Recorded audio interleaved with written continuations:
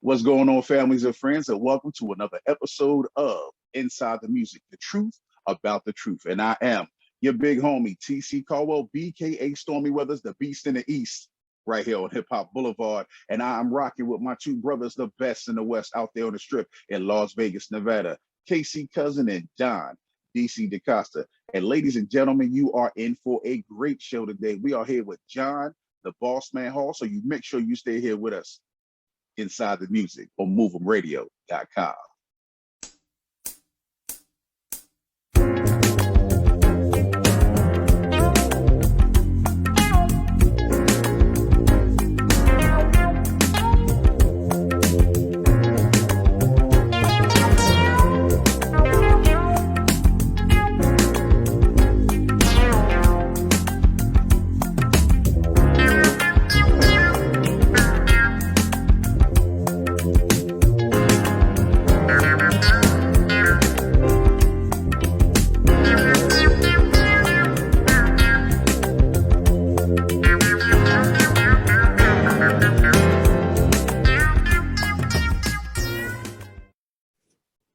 Thank you, TC. What's happening, man?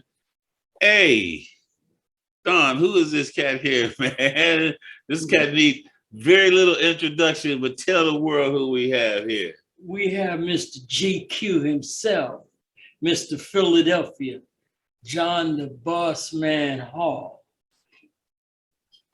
Well known over the metropolitan area down on the East Coast, known in Delaware, known in Jersey, New York, all in Philadelphia, all over Pennsylvania.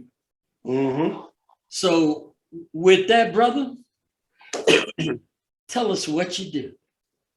Well, I go back all the way to Philly International Record Company with Philly, Kenny Gamble, Leon Huff, and Mr. Bell. I started off as a dancer in the city of Philadelphia. I had a group called the Flamingo Dancers. We got our break in the year of 1984 when Broadway Eddie and Cherie Galloway came to the James Brown concert. We was on a tour with James Brown for about 6 months. And we came back home to Philadelphia and doing that concert at the Uptown Theater, which is one of the legendary places where Michael Jackson, Diana Ross, the Supremes, all of them came through. He gave us a shot with, Bobby Eli. Actually wrote the song, did the music for us. And we got a break and put an album out dedicated to Michael Jackson called Let's Do the Michael Jackson by the Broadway Thrillers in 1984. And that's when it all started rolling from there. And then I got a call from Kenny Gamble and said, we need you to be involved with the recording group Philly Cream. Their manager was looking for a new person to fulfill the obligations of another brother that was there. And they knew I had the skills to do it. So they called me in, and about a year in with them, we recorded an album called Love Can't Turn Around by Tony Carmelo from Motown Records. Tony had his own label called TC Records and brought Philly Cream in. And Tony Carmelo is the gentleman that did all the engineering on the album for Gladys Knight in the Pits. He actually wrote the song Midnight Train to Georgia. So I've been blessed, man. I went to the Apollo. I won the Apollo. From there, I got a call from America's Got Talent. The Apollo sent my stuff into them. They called me, gave me a shot to be on there. This was 2015 with Nick Cannon. Very good brother, very down to earth. He gave me a pair of them shoes that, most of y'all see me in, them gold shoes that came from Nick Cannon. So what did you perform on America's Got Talent? Well, I mostly do the Godfather Soul, James Brown. Okay. I traveled with James Brown. James inspired me a whole lot. And I thought that he was really misunderstood, same way Michael was. You know, James just had a legacy, man, that I felt as though that somebody had to carry it on or it's going to die away with the old music. Yeah. So I got with a couple brothers and we sat down, we talked, they said, man, listen, that show you do with James Brown is perfect. They said that can go all over the world. So I wound up going to work one night, got a call from the Stubb girls, Pam Stubbs, who is one of the nieces of Levi Stubbs from the Four Tops. And she called me and said, listen, we need you in California. They just got rid of the guy that was doing James Brown. They need you. And so I came out there, did my thing, helped them out with that situation. And then by the time I got back home, got another call, and she said, Miss Brenda Wilson, the daughter of Jackie Wilson, wants to talk to you. So she invited me to come down. She had like a next level showcase. So I wasn't looking for anything. So I went on down there, you know, got the hotel rooms and everything, and we performed at her affair. But the surprise came when I was sitting down at the table, and I seen Cheryl Ruffin, David Ruffin's daughter, up on the stage with Brenda Wilson and the governor and a couple of the councilmen, and they inducted me into the Jackie Wilson Foundation Wall of Fame. Most of it had to do with the many years I put into the entertainment business, and also the album that I did with Michael Jackson. Man, what year was that? The year when I did the album Michael Jackson was 2000. It was 1984, and she just inducted me February the 23rd, 2020, into the Jackie Wilson Foundation Hall of Fame. Congratulations, man. Okay, Yes, now besides that Hall of Fame, you were also inducted into another Hall of Fame. Yeah. Which one was that one? Don't you have one, a Motown one? Oh, that's from her. That's from Brenda Wilson. Oh, They're okay. in Detroit.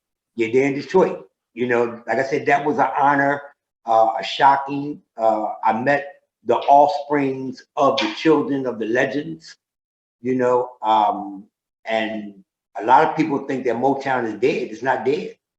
You know, Barry Gordy might have moved the business to California, but Motown is really known not just for R&B, but for jazz and blues. That's It's also known for gospel now because they moved it down to Tennessee. Nah, yeah, that's a good thing. I mean, you know, it's just been going on and on. I wound up getting 3 shots at a movie. The first movie I went for was James Brown's movie, Get On Up. And that turned out, I got a little upset because I didn't know the history behind Chadwick Boseman. Yeah. I didn't know that history. But I come to find out that Denzel Washington and Felicia Rashad was in back of him. Plus, he comes out of Hartford. So with that kind of people in back of you, I don't care who come to get that audition spot. With those type of people back of you, you know, he had that. He had that. Plus, he had just came off of doing what? The movie 24 with Jackie Robinson movie. Yeah. So after that, I came in second place for that movie, for the James Brown Get Up movie. After that, I did Sylvester Stallone, Creed 1. I was an extra in that movie, in the boxing scene around the boxing ring and stuff. We was extras in that movie. Then I got a role just last year.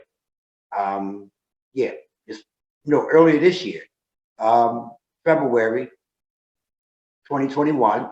I got a call from one of the Lionsgate's producers named what was his name? Saeed Muhammad called me and said, listen, man, we got this movie and I kind of did it around you. So I said, well, how you do that around me? I never met you. He said, the concept of the movie. He said, you're going to be playing the nephew to a well-known person by the name of Ari Mosley, who actually came out of Philly National he was the distributor of all the music to go to the stores. So they wanted to show how this music came about and how he got it out there to the people. So I played his nephew, getting involved with the mafia, owing the mafia money. And my uncle, Ari, is a millionaire, and he bails me out, to get out of this trouble. So the music, the co-star of the movie and co-producer, I did, Airy Planet Live. That's being shown on Vimo and Philly Cam. What's the name of the movie? Airy Planet Live. Airy Planet Live. Mm-hmm. Okay, we're gonna have to put a link up for that. Who else is in that movie? Well, one of the Philly Cream members, lead singer, Miss Valerie Ford. Also, we're having that movie Tribute to the Legends. Very good friends of mine. I mean, these boys are so tight, man. These boys are dynamite. I just had them on the show with me for Cure Cancer with Music. And talking about Jack and them. Yep. Yeah.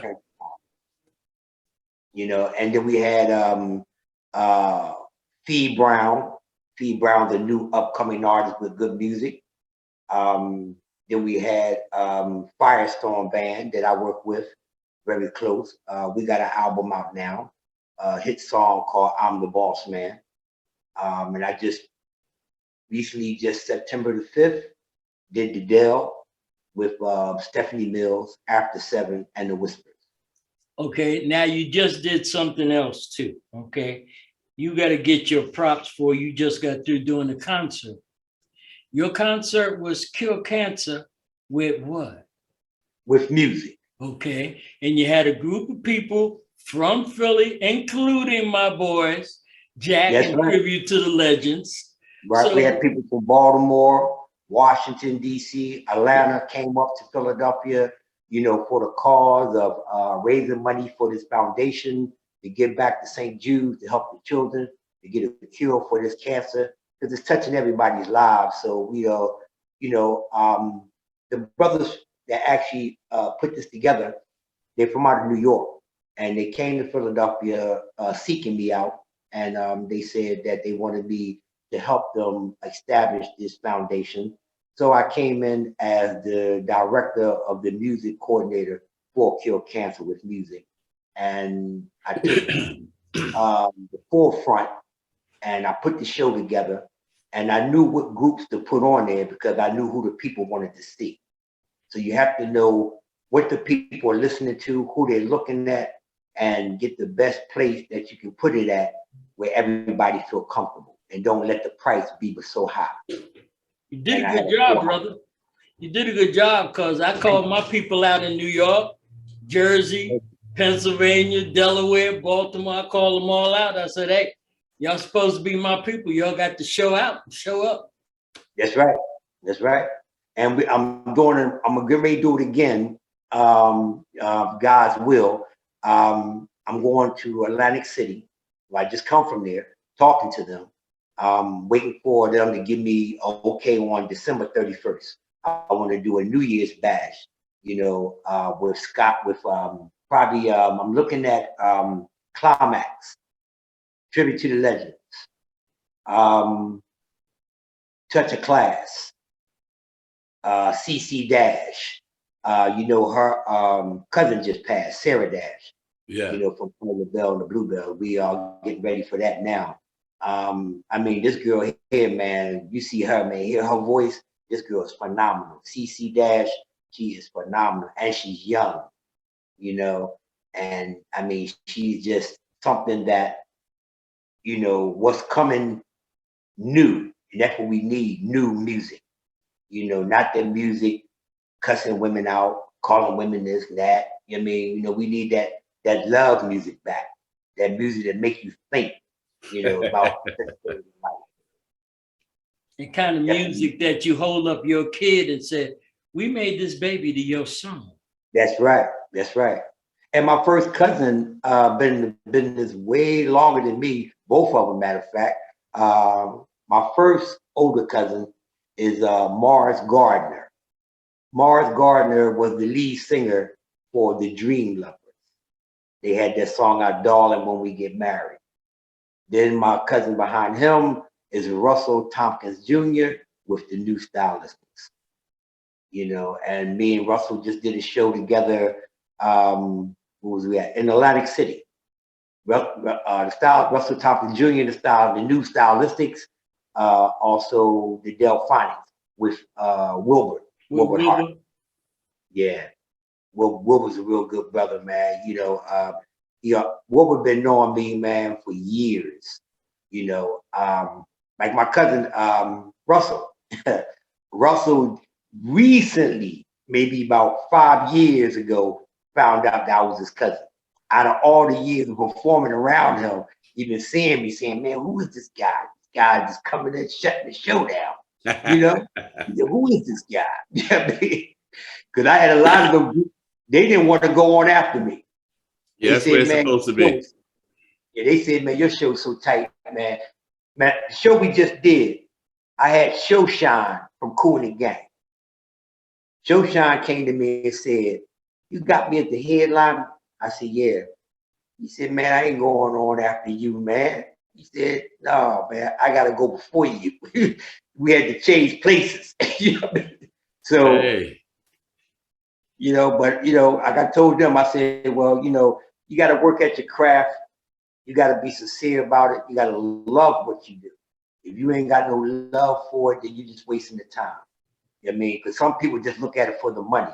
Me, I know the money gonna come. God has blessed me with the talent. So I might well just go forth, keep putting that effort out there, keeping the Godfather soul alive, keeping that funk moving. You know, when y'all hear my new song, I'm the Boss Man, that's on YouTube, that's a James Brown groove. Okay, see, I'm so glad you segued into that because I was just getting ready to bother you about that. So we got some new material happening, huh? Yes, 10 songs on one CD. Every one of them is a hit. I just talked to Kayvon Evans, Babyface brother, when we just did the concert. I gave him a copy. I said, listen to this. This is all new music. If you need somebody to write something for you, we got writers. You know what I mean? But listen to this. This right here could be your next group. So you're funking. Just to see what he said.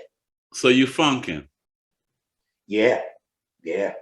Well, check this out. We can do it all. You can do funk. The band, I always tell them to be versatile. I say, you know, we can do the R&B, you know, because I always let the band go on before I come on. I do that same pattern that James do. Go ahead, put your review show together. I can take Tribute to the Legends, put them on. They come right back with a group called Jakar from out of Baltimore, female group, bad. They bad, man. And they remind me, they head to head with the Stub Girls. But the Stub Girls still number one. Still number one. So with that, what song you want TC to play for us off of your new off of the new funk junk? The main one I really like, there's 10 of them there. I really like, I like Susie, but I think y'all will enjoy Get Up and the Boss Man. But if y'all want to play something, you can play the Boss Man. The Boss Man? Well, I'm gonna throw it at TC. TC, okay. Take it away, baby boy. And ladies and gentlemen, stay tuned for the hit single by Firestorm featuring John the Boss Man Hall. I'm the Boss Man.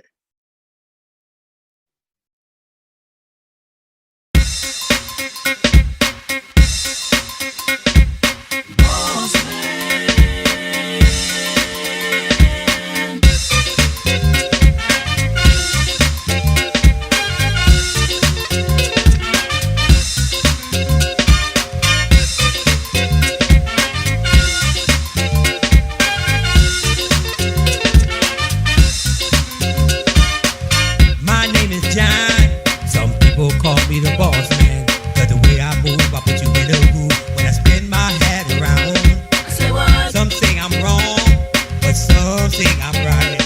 When I'm in my groove, I put you in the groove.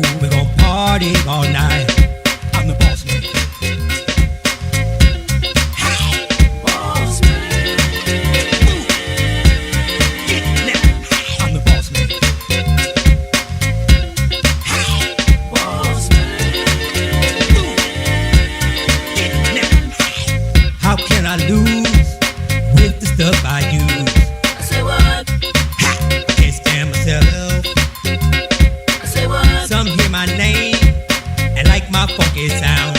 Take it back. I'm not James Brown. I'm the boss man. I'm the boss man. I'm the boss man. I'm the boss man. I'm the boss man. I'm the boss man. I'm the boss man.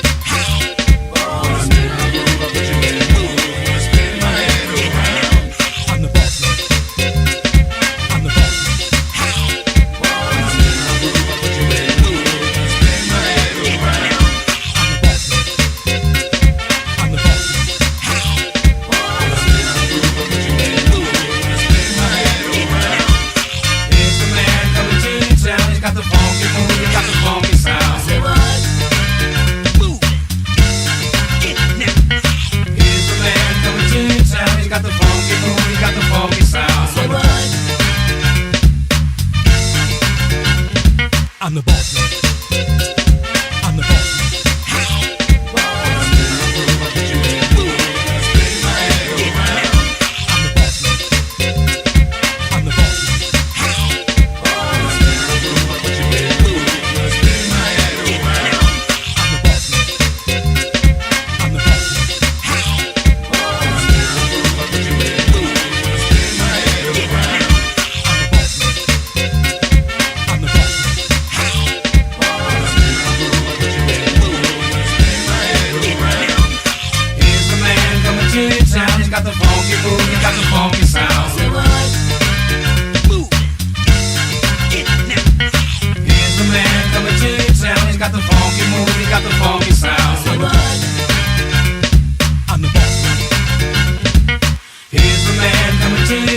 got the funky move, you got the funky sound. Say what?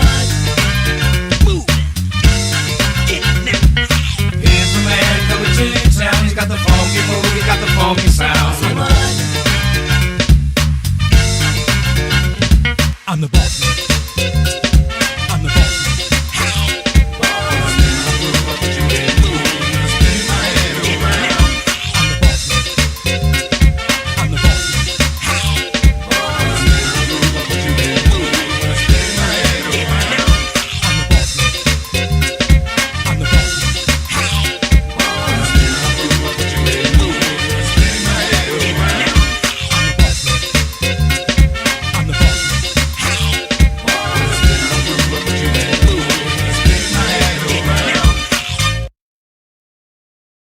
Thank you for sitting with us through that short break. We're going to jump back onto the couch with the fellas. Pause. Yes, sir. Yes, sir. Appreciate that. Already a progress. Yeah. This album took about 6 months to do. Yeah. These guys came to me and they wrote these songs. And I said, wow, that's amazing. 10 songs. Okay. And number one came to be, I'm the Boss Man. How did they come up with that title? Well, I've been performing with them for the last 5 years, and they've been watching me. So they said, well, you know what, Boss Man? We watch you move the hat, we watch you dance, we got a song for you. And they wrote it and brought it to me. I listened, I said, man, that's a hit. And boom, put it out there. I sent it to London first, and it just went to chart. So which song was that you sent out? I'm the Boss Man. Okay. Sent that over to London, to Esther Austin. Esther Austin shipped it over to Germany and France. And then we put it with, what's his name? Sean. Sean is in Scotland, England. And Sean played it, what was it? Then we got it on Free Agent Radio over in Jersey, here over this side. But Sean, he has Wicked radio station. And he blew it up. And it's been going ever since. And it's just been like, I'll go somewhere, come back, and the producers here already had me lined up for a concert. Soon as I got back from Detroit, getting the award, I didn't know that people had it on Facebook Live. So they were seeing it.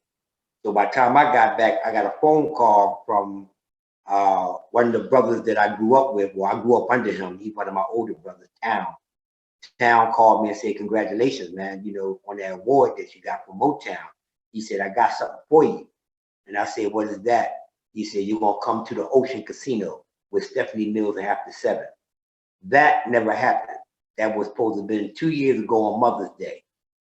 That was canceled due to the corona. So now we just came back with it again in my hometown, which was a great blessing because that's one of the outside amphitheaters that you want to do as an entertainer.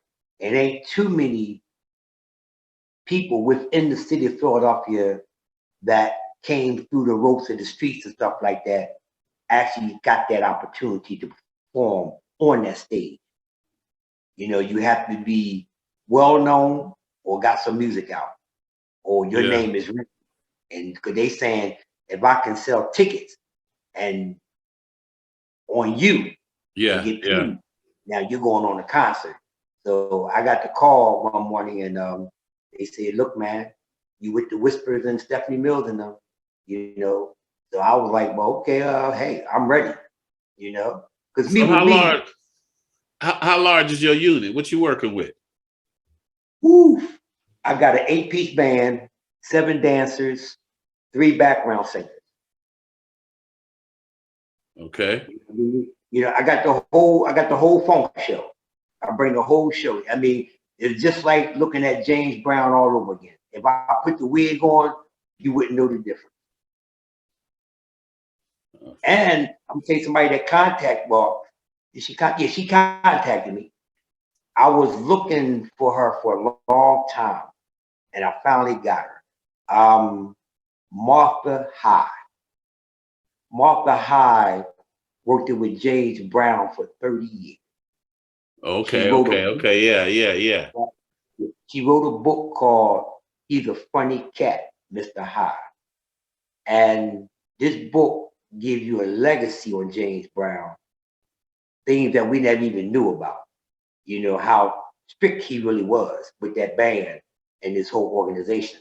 You know, people always talk about how James fined them and stuff like that, you know. And I was trying to figure out how was James finding them back in 1950 and 30 and 40s like that, you know. And I said, what kind of money was y'all making? She said, we made $250. I said, $250?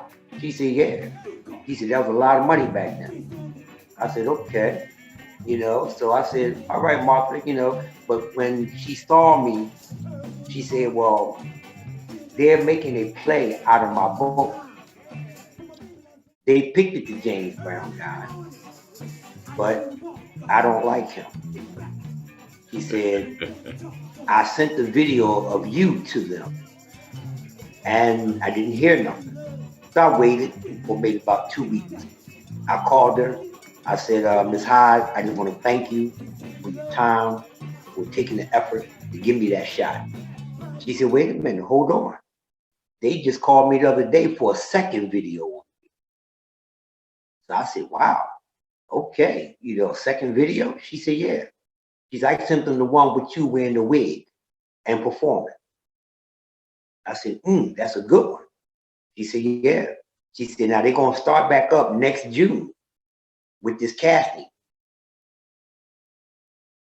She said she didn't have too much say-so in the matter, even though she wrote the book. Yeah. But finance came from somebody else. But I told her, your opinion still means a lot because that is your work. You know what to look for. And if you feel as though that, you know, you want to give me that audition, then I'm willing to come and take that audition, you know, because this would be another feather in the hat moving in the right direction. Right. So you've been doing, how long you been doing James Brown, man? Woo! Now I say about 20 years I've been doing James, but I've been in the business since I was 17. So I got about 40 years in the business. Okay. So Yeah, but James, now that you've done your concert and everything, I know you. What is it you got working in that head of yours? What is it you got working that you plan on bringing up? well, I've been sitting, sitting around some of the greats, man. They teach you how to contemplate. They say, okay, well, James told me something many years ago. He told me, he said, listen, when you make one step, you have to make the next step greater than that step. He said, that's how I came to be a millionaire 11 times. He said, I kept writing them songs. I had to keep coming with the hits. He said, so what I do now today, I look at what the people need. I think about what they're listening to, and I try to bring that old flavor back to them. Even when I do my concerts, I take you back to BYOB and BYOF. Bring your own food, your own bottle. I ain't got to cook no food because of the corona. I ain't got to give you any drinks. You drink what you want to drink. I'm saying I got the concert for you. Come and enjoy. You, your wife, your children, anybody else, come and enjoy and sit back and relax. Because this thing with cure cancer with music is going to go up and beyond. And that's where I want to get with brothers like yourselves, and we can do concerts on that level of dealing with cure cancer with music. Bring it into your city. Yeah, well, we have some plans that we're working on. We're just trying to make everything in line, because we have the opportunity of dealing with a lot of artists that are our age, and a lot of us are we still got it in us. We're just not getting the work. We're not getting heard from. We're not getting seen. So that's one of the main reasons we created this platform, to reach out to cats like yourself, get the true story, find out that you was an amazing flamingo, I love the days from back in the days, the dominoes, the hat bands. We had a group called the Hat Bands, but everybody got to start, and a lot of times we don't get the opportunity to tell where we really started from, Right. Yeah.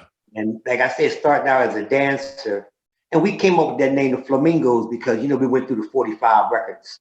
Yeah. And we found the Flamingo thing. Wind up actually doing a concert with them. Was amazing. Wound up doing a concert with them guys. And everything I've done step by step, even with the magazines, being put on July front cover magazine for Face of an Icon. They gave me that. Then I went on the front cover of Turning Point magazine with Esther Austin from out of London. People's magazine getting ready to give me an interview. So, I think that God is blessing me and using me as a vessel in the light of the people that are trying to get back into this music business, and being the light for them and showing them, okay, we can do it together. But if you don't want to do it together, then I'm going to keep on doing it myself. I ain't going to let nothing stop me. You know what I mean? I'm going to keep doing it, because I know that, like I told people, it's not about the money. Some people think it's just about the money. I said, no. It's not even about the money. It's about the respect that you have for the old artists. It's the love that you have for what they put together. And knowing that that's part of our culture. Yeah. They would take that away from us, as they have taken many things away from us. So we have to be prepared and know how to lock certain things down. And I felt really sad that Whitney Houston, the staff that was around her, let her go down like that. There's no way in the world Clyde Davis and them would let this woman, even if I know you on drugs, I'm gonna send you to a rehab. You know what I mean? Or I'm gonna find you. Wait a minute. You and I both know Because see, I've been in the industry my entire life. And you and I both know that the industry will use quite a few different techniques and tools to make sure that an individual stays within the guidelines that they want, you know. Right. And we also know that in the industry, bad press is good press. It's good press. That's right. You know, bad press is better press than good press. You can have a new baby and everybody be like, oh, that's cute for about 15 minutes. You mess around and get caught out someplace drunk, they talk about you for about a month and a half, you know? Hey, you know, like just like our brother R. Kelly right now, what he's going through. You know what I mean? You know, and it's scaring a lot of entertainers because you're talking about, you know, this man took his career and used it, you know, to manipulate women. I mean, are you saying the same thing when the Rolling Stones and Rick Jagger and all them went on the road when they was doing that? You ain't look at them like that. Okay, John, you open it up. You open it up like two cans of worm on that one, man. You know, we'd have to do a whole show on that where like a lot of people probably wouldn't like 80% of the stuff that I said. You know, I'm not even going to comment too much on that situation because that's like you know, like a little taboo. But like I agree. I agree now. with you. I agree with you. A lot of artists do have skeletons all up in the closet, up under the bed and everything. And a lot of things could be misconstrued to appear to have been something quite different, you know? Right. So I hear what you're saying on that, but you know, like a whole story. Right, that's a whole different story. You know, even with Michael Jackson. Knowing Michael and being in his presence, people really misunderstood. They did have one part of the story right, that he grew up without a childhood. But, and so far, he did have a childhood. Some people don't realize that because, I mean, he rode bikes, he hung out with his brothers, he did certain things that they allowed him to do. You know what I mean? Because when you come into that superstardom and you start making that type of money like that, yeah, they're going to shelter you. You know what I mean? Because now you're a figure, you know, you're a major figure to the people, you got to hold you back. But it's not like Michael having been working with them kids all them time. You know what I'm saying? He's been doing that many, many years. But when the other people want to point something out when they mad at you, where you say, well, you taking my money. Well, right. I was getting ready to say, see, now, Michael's situation, Michael and R don't go in the same category as far as I'm concerned at all. Because anybody that really followed Michael knows that Michael's problems really didn't start until after he bought the Beatles catalog and everybody else's music. Michael messed around and everybody was asleep on that catalog, and Michael bought the whole world's music. That's when Michael Jackson started having problems. Michael, that's when he was buying the Elephant Man bones and everybody. You know, everybody got upset, but they didn't get upset really until he bought that catalog. Right. Once he bought that catalog, then they started trying to defame his character, you know. I mean, but like, that's the same. I mean, like, see, now I would put Bill Cosby in the category of Michael Jackson. Because Bill Cosby's life didn't go down until he got enough money to buy the TV station. Yes. The TV network. Right. Up until then, he was a favorite Negro. Right. You know, well, I'm just saying, him and OJ. Well, they were. That's what they were. Him and OJ. They was like top everybody loved them. Right. You know, and then because I mean, like I say, yeah, they're in a different category, but that's a whole different show. That's a whole different show because you know, like I say, my opinion is very opinionated. Right. What you know about that? You know, but my next move, man, I'm thinking about, you know, I want to do the Vegas scene, you know, but I don't want to come out there and step on nobody's toes like the brother King James Brown. I mean, you know, he already got upset at me about a few things that I said to him. But I told him, I said, listen, you know, I said, I'm 60 and I'm still moving like I'm 20. I still can spend 8 times. I still can split 4 splits and come back up. I'm still running back and forth across that stage. I saw him just Saturday night. I saw him Saturday night. Yeah. Yeah. Yeah. I told them, I said, listen, let's get to the icing of the cake. Let's see who actually got the James Brown thing down for real, for real. Let's put some money up. And Tony come from Florida. I'll come from, you know, Philadelphia. We'll meet him in Vegas. And, you know, we'll have a James Brown night of entertainment to see who's the best James Brown. Oh, that'd be like whoop, there it is. Yeah. I talked to Carrie the about 95 South and tag team. Remember with that? They both had the Whoop There It Is song, and they had a little bit of competition to see who's the one. That's the story that I heard during that right. period. Who actually the real people. Yeah, it's basically like things they had years ago when I was a kid. They used to have talent shows. And originally what happened was you had a group of doo-wop groups, which was the Paragons, Right. the Jesters, the Continentals, and they'd all have a sing-off. Right. And That's right. in fact, later on, you know who capitalized on it was Robert Townsend. There you go. Robert Townsend would have 2 groups in there, and they'd have one group seated on one side, another on, Right. and they'd each go into the hits that they had. That's right. Well, that's what everybody doing now. Verses. That's what they call verses now. They just had Puff Daddy and Jermaine Dupri versus. You know. Yeah, I seen that on the radio. They were doing that. This group versus that group. Yeah, you know, yeah. Hit on hit. In Philadelphia, we still got the talent nights. You know, we call them open mic. I mean, I slide through there every now and then just to show my parents. I don't want the people to think that I'm better than them.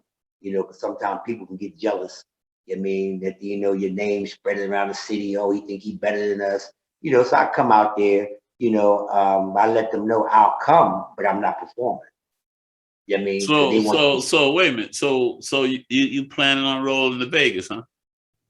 I would love to come out there just, you know, get a taste of it. I haven't been to Vegas since the 80s. And I came out there with Philly Cream, but that was it. And it wasn't too much at that time, but now Vegas is really blowing up.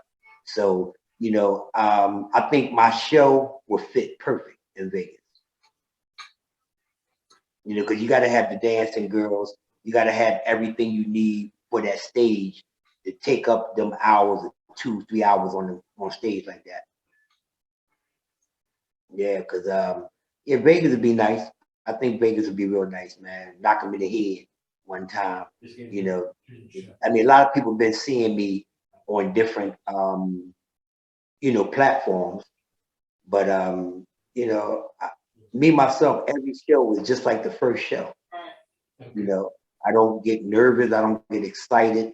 I go out there and I attack it. You know, once I hear that music start up with that funk James Brown thing, that's when the transformation comes in. And you have to transform into that artist. Yeah. Well, Big John the Boss, man. Oh. Hey, man, we're gonna have to bring you back on the show. So when you talking about coming out to Vegas? Whenever it's available, Carrie Brown was talking about it to me. She's gonna line something up. You know, I've been waiting on that for the past 3 years. But I know she has her little thing she does out there. But I told her, you know, and I think that she didn't want to step on his toes neither. King James Brown. She didn't want to. I hear you. Well, in the event that you do come, make sure that, you know, we know you're coming while you're heading your way out here. You know, and if nothing else, we can get all the James Brown ones together and sit down and do an interview and let all y'all talk junk. That would be fun. The main one, like I tell them now, Tony I know Tony's been around James. He had some time with him. You know, I don't know about King James Brown. He might have had some time with him. I'm not sure. You know, I know myself. I had a ball with him. I mean, Danny Ray, Maceo Parker, Fred Wesley. You know, them cats, man. You know, they some bad boys. But see, James was he used to mess with their minds. See, James, he knew they was good, but he always tell them, y'all still got a lot to learn. Y'all got a lot to learn, man. Y'all ain't got it yet. Y'all ain't got it yet. But he knew that they had it. But he didn't want to give them that credit because he knew they'd walk away from him. And showing up, they did in the long run. They did in the long run. Parliament Funkadelics, Boosie's Rubber Band, you know, all that's one band. Yeah, well, you know, I got a close friend of mine that's over in LA, a cat named Jerry Poindexter. He played organ with James for a bunch of years, you know. So, yeah, man, this was a great interview, man. Any more questions, Don, before we wrap up and bounce out of here? No, sir. Of course, I will get with Mr. Bossman himself later on the phone because we have things to talk about and business to conduct. So him and I will get together. So for now, brother, I thank you for coming on. I appreciate everything you've done for my boys over there in Philly, jacking them with tribute to the legend. So yeah, that's been totally great. Appreciate it. That's been great. Yes, sir. And we have other things to do. You and I. So we're gonna hook this up and take care of business. Yes, sir. All right, man. We're gonna bounce this back over to TC. Hey, big boss man. You see the boss, ladies and gentlemen. Back over to TC. Yes, sir. All right, brothers. Peace. Well, good brother, I just want to say thank you for joining us today and giving that insightful advice and information and putting us down on what it is that brought you into the business and made you such a success at what you were doing. You became a staple in the East Coast in this business, and you represented Philly and Jersey extremely well. You know, so just want to say congratulations on all your accomplishments and accolades. Starting with the flamingo dances and then becoming, you know, putting together Philly Cream and all the success you had with that group, of course, and still continue to have, even with your project Firestorm and I'm the Boss Man single and all the other singles that y'all put together. You know, so there's a lot of, you know, younger artists and brothers and sisters that look up to you and then that you inspired to want to try to step into your shoes. I just don't know how successful they might be. And speaking of stepping in shoes, you know, the fact that you were able to harness that energy and that personification in James Brown being one of the icons of this music business, and you took that energy and you turned it into your own, and you were able to channel James Brown in a way that isn't really successful by others that may have tried. You know, they might have tried and still couldn't get it right, but you get it right every time, brother. So, you know, I like to say thank you, and I like to say, you know, I'm honored to have the opportunity to hear what you had accomplished and what you continue to accomplish, man. And I hope I can get a fraction of that, you know, in what I'm doing and the endeavors that I have and working with my two brothers here, or my three brothers, because you got K9 on the production side as well, that's making this happen, movemradio.com, where you send them and we move them, you know what I mean? But I just like to say, you know, that we truly appreciate your time and you sharing this information and sharing your gift and continue to share with the world. So, you know, best of everything and all that you continue to do. You know, keep pushing, brother, keep living, keep giving me a reason to keep doing what I'm doing and trying to attain those goals that I'm trying to attain in this business and doing with integrity, especially because it keeps you in shape, man. And Lord knows we got to be in shape, just like you said, you know, physically, spiritually, and mentally to do this. And for as long as you've been in this business, I know that you definitely had your spirit and your body and your mental in order to do what you was doing. So We just want to thank you. And as always, in closing, ladies and gentlemen, we like to thank y'all for tuning in to Mov'em Radio on Three Pharaohs Production presents Inside the Music, the truth about the truth, where this is the Philly. We in the Philly phase right now, baby. We bringing you artists from the Philadelphia, Delaware Valley, the East Coast, baby. The Beast in the East, rocking here with your big homie, TC Caldwell, BKA Stormy Weathers, right here on Hip Hop Boulevard with the two kings on the strip in the West Coast, Casey Cousin and Don DC DaCosta. And of course, every show is brought to you by Stormy Weathers Entertainment, Source 3 Entertainment, MovemRadio.com, 176 Studio 204, and you best believe any and everybody that is down for doing positivity. And let's not forget, it's changed, y'all. It's no longer Columbus Day. Happy Indigenous Peoples Day. So from the Cheyenne, Sioux tribe, and all of my other tribal brothers and sisters, it's our time. Peace. Keep doing what y'all doing. Stay loved. One.